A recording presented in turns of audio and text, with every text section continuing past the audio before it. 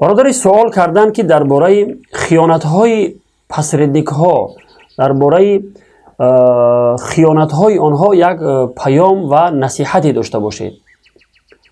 خوب برادران و خواهران عزیز، برای این گونه برادران که پسرندگی میکنند و حق مهاجران مسلمان را میخورند و عموما برای هر نفری که با حقوق مردم سر و کار دارند و حق دیگران را از راه نادرست، از راه دروغ و فریب یا که از راه ظلم و ستم یا که از راه دزدی میخورند، یک پیام از جانب پروردگار عالمیان دارم.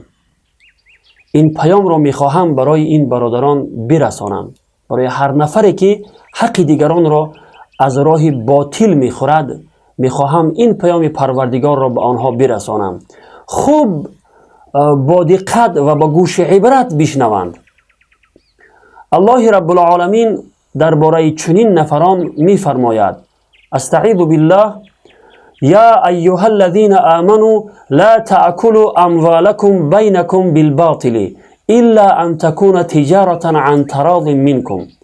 ای شخصانی که شما ایمان آورده اید، مالهای یکدیگر را به باطل نخورید، یعنی مالهای یکدیگر را از راههای نادرست و نامشروع، یعنی از راههای دزدی، از راههای دروغ و فریب، از راه ظلم و ستم نخورید، مگر اینکه تجارت با رضایت شما انجام گرفته باشد.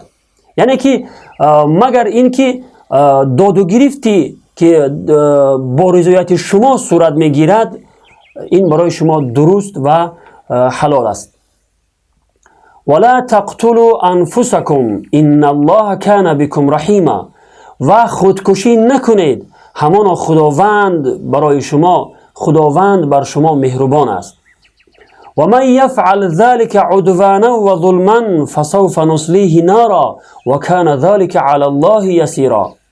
و شخصی که این کارها را انجام دهد، یعنی شخصی که مال دیگران را بناحق بخورد، از راه دزدی، از راه دروغ و فریب بخورد، یا اینکه خودکشی بکند، فسوف نصلیه نارا، زود است که او را در آتش جهنم می اندازیم. صدق الله العظیم. ببینید برادران و خواهران عزیز که الله رب العالمین با الفاظ واضح و روشن اینقدر وعید سخت ارشاد فرموده اند. اون برادرانی که حق دیگران را میخورند، خوب اندیشه کنند، این سخن پاک پروردگار را خوب اندیشه کنند و خوب گوش کنند که عاقبت کسانی که حق دیگران را میخورند، خصوصا حق مهاجرانی که در وطن اونها را یک عائله کلان انتظار است، دستنگر این نفران هسته، حق اونها را وقتی که میخورند گناه بسیار بزرگی را مرتکب میشوند و عاقبت خود را خوب اندیشه کنند که آتش جهنم است. برادری که حق دیگران را میخوری، از عاقبت خود اگر کمی اندیشه کنی، من فکر میکنم که هرگز حق دیگران را نمیخوری.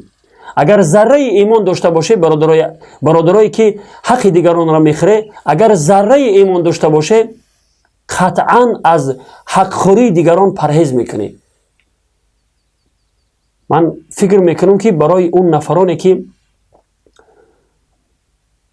ایمان دارند، یک ذره ایمان در وجود آنها هسته، همین یک آیت برای آنها کفایت میکنه. والسلام علیکم و رحمت الله و برکاته.